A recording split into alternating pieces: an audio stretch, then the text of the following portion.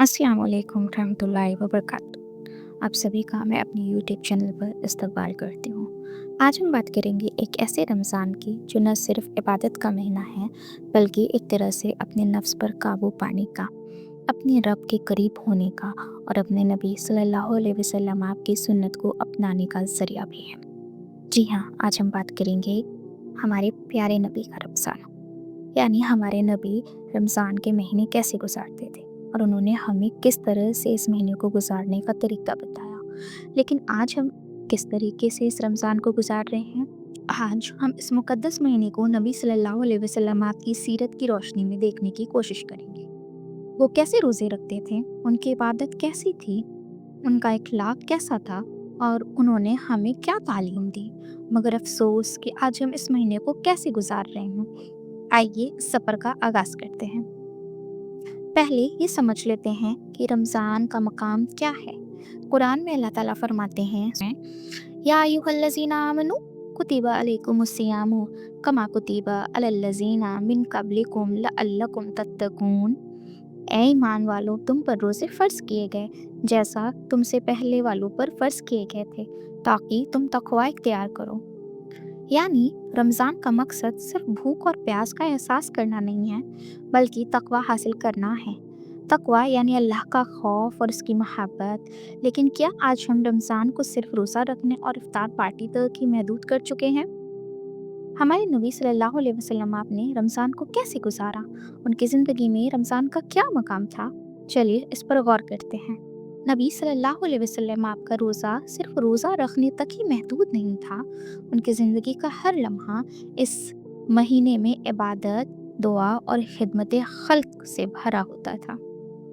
हदीस में आता है, जब रमज़ान आता है तो जन्नत के दरवाज़े खोल दिए जाते हैं, जहन्नम के दरवाज़े बंद कर दिए जाते हैं और शैतान को जंजीरों में जकड़ दिया जाता है। इससे रिलेटेड मैंने एक और वीडियो बनाई है, जिसका लिंक इंशाल्लाह मैं ऊपर डिस्क्रिप्शन में दे दूँगी। लेकिन क्या हम इस फुर्सत का पूरा फ़ायदा उठा रहे हैं? क्या हमने अपने नफ्स को साफ़ किया, या हमने इस महीने को भी अपने बिज़ी लाइफ़स्टाइल में सिर्फ़ एक रूटीन बना दिया है? आज हमारा रमज़ान कुछ इस तरह गुजरता है कि सुबह सहरी में अलार्म बजता है, हम उठ जाते हैं, जल्दी से कुछ खा लेते हैं और फिर सो जाते हैं। और फिर उसके बाद दिन भर हम अपने पर्सनल काम में या फिर सोशल मीडिया में बिज़ी रहते हैं और फिर इफ्तार की तैयारी करने लगते हैं। स्पेशली मेरा यहाँ ख़वातीन से मकतब है कि जितनी भी हम ख़वातीनें हैं, वो ज़ोहर के बाद ही इतनी सारी अफ्तारीस के डिशेस बनाने में लग जाती हैं कि अपना सारा वक्त वो किचन में गंवा देती हैं। मेरी ख़वातीनों से स्पेशल रिक्वेस्ट है कि आप इस मुक़द्दस वक्त को समझें, इसे सारा टाइम डिफरेंट तरीके के डिशेस बनाने में ना गंवा दें। डिशेस बनाना, खाना ये बाकी दिन भी आप कर सकते हैं, लेकिन ये ख़ास मुक़द्दस अहम एक महीना है, जिसको कोशिश करें कि ज़्यादा से ज़्यादा आप इबादत में लगाएं। और मेरी मर्द हजरात से भी यही रिक्वेस्ट है कि आप लोग भी अपने घर की ख़वातीनों को ज़्यादा प्रेशर ना दें कि आज डिश में ये बना दो या फिर ये पकौड़े बना दो, ये बिरयानी बना दो। इस तरह की ख्वाहिशात ना करें। कोशिश करें कि 1 या 2 डिश ही बनाएं और मखसूस वक्त आप निकाल के इबादत में लगाएं। नबी सल्लल्लाहु अलैहि वसल्लम आप फरमाते हैं, जो शख्स छोटी बात और बुराई को नहीं छोड़ता, तो अल्लाह को उसका भूखा प्यासा रहने की ज़रूरत नहीं है। यानी अगर हम सिर्फ भूख और प्यास रहते हैं, सारा दिन टीवी देखते हैं, सोशल मीडिया पे स्क्रॉल करते रहते हैं और अपनी ज़ुबान, अपने अमल को साफ़ नहीं करते, अपने नफ्सियाती अमल पर ध्यान नहीं देते, अपनी नफ्स पे काबू नहीं पाते, तो अल्लाह ताला को हमारे रोज़े से के भूखे प्यासे रहने से कोई ज़रूरत नहीं। नबी सल्लल्लाहु अलैहि वसल्लम आपने रमज़ान में बहुत ज़्यादा सदका और खैरात करते थे। उनका सदका सिर्फ पैसे तक ही महदूद नहीं था, बल्कि उनका हर अमाल खिदमत खल्क के लिए भी होता था। एक हदीस में आता है, सबसे बेहतरीन सदका वो है जो रमज़ान में दी जाए। लेकिन आज हमने इफ्तार पार्टीज़ और दावतों में इतना खर्च कर दिया है कि गरीबों का ख्याल ही नहीं करते। ध्यान दें कि क्या हमने अपने इफ्तार पार्टीज़ में गरीबों को शामिल किया, अपने रिश्तेदारों को या फिर अपने पड़ोसी की मदद की। नबी सल्लल्लाहु अलैहि वसल्लम आप रमज़ान में कुरान की तिलावत बहुत ज़्यादा किया करते थे। उनका हर अमल इस महीने में अल्लाह की रज़ा हासिल करने के लिए होता था। अल्लाह ताला कुरान में फरमाते हैं, सूरह अल बकरा सूरह नंबर 2 आयत नंबर 185 में, रमज़ान का महीना वो है जिसमें कुरान नाजिल किया गया, जो लोगों के लिए हिदायत है और साफ दलाइल है रहनुमाई और फ़र्क करने के लिए, यानी हक और बातिल में। लेकिन आज हमने कुरान को सिर्फ़ और सिर्फ़ तरावी की नमाज तक ही महदूद कर दिया है, या फिर तिलावत करने तक। क्या हमने इस महीने में कुरान को समझ के पढ़ने की कोशिश करी? उसका एक आयत भी हमने समझा कि अल्लाह ताला हमसे क्या कहना चाह रहे हैं? क्या हमने अपने बच्चों को कुरान की तालीम दी? नबी सल्लल्लाहु अलैहि वसल्लम आप फरमाते हैं, ऐसे लोग होंगे जो कुरान की तिलावत करेंगे लेकिन वो उनके गले से नीचे नहीं जाएगी। यानी लोग कुरान तो पढ़ेंगे लेकिन उनको समझ में कुछ भी नहीं आएगा। आज हमें ये सोचना चाहिए, क्या कुरान सिर्फ हमारी ज़बान तक ही रह गया है? क्या इसकी तफसीर हमारी ज़िंदगी में दिखाई देती भी है? तो कुरान को सिर्फ पढ़ने तक ही महदूद ना रखें, उसको समझें और अपनी ज़िंदगी में अमल करें।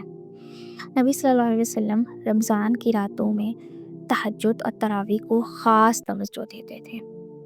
सहीह अल बुखारी की हदीस है, जिसने रमज़ान की रातों को ईमान और सवाब की नीयत से इबादत की, उसके तमाम पिछले गुनाह माफ़ कर दिए जाते हैं। लेकिन आज हम तरावी को बोझ समझते हैं, मोबाइल पे ज़्यादा से ज़्यादा वक्त गुजारते हैं और सारा टाइम मोबाइल स्क्रॉल करते हुए गुजार देते हैं।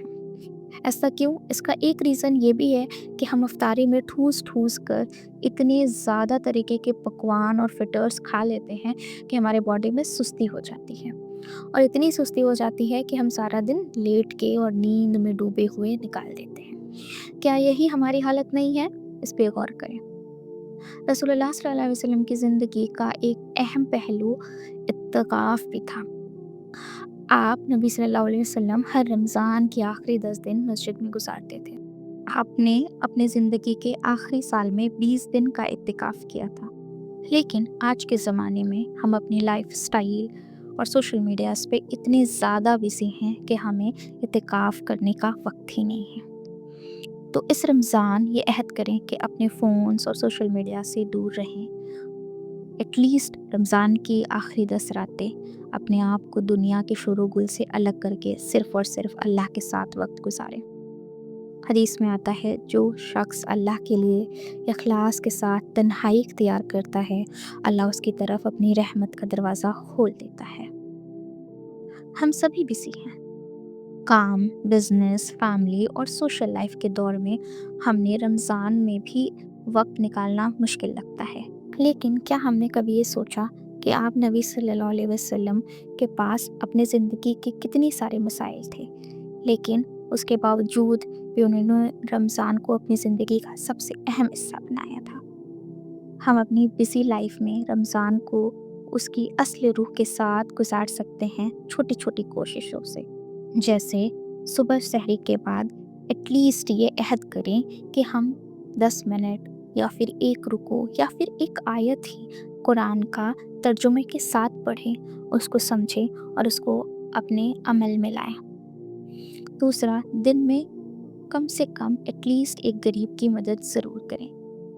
अपने आस पड़ोस के लोगों को देखें और ऐसे लोगों की मदद करें जो आपसे खुल के कभी मांगते ना हों। मांगने वाले दरवाजे पे तो आ जाते हैं, उनको देना आसान होता है, लेकिन वो लोग जो असल में गरीब हैं, अपने रिज़्क़ के जद्दोजहद में लगे हुए हैं, उनको समझें, उनको देखें।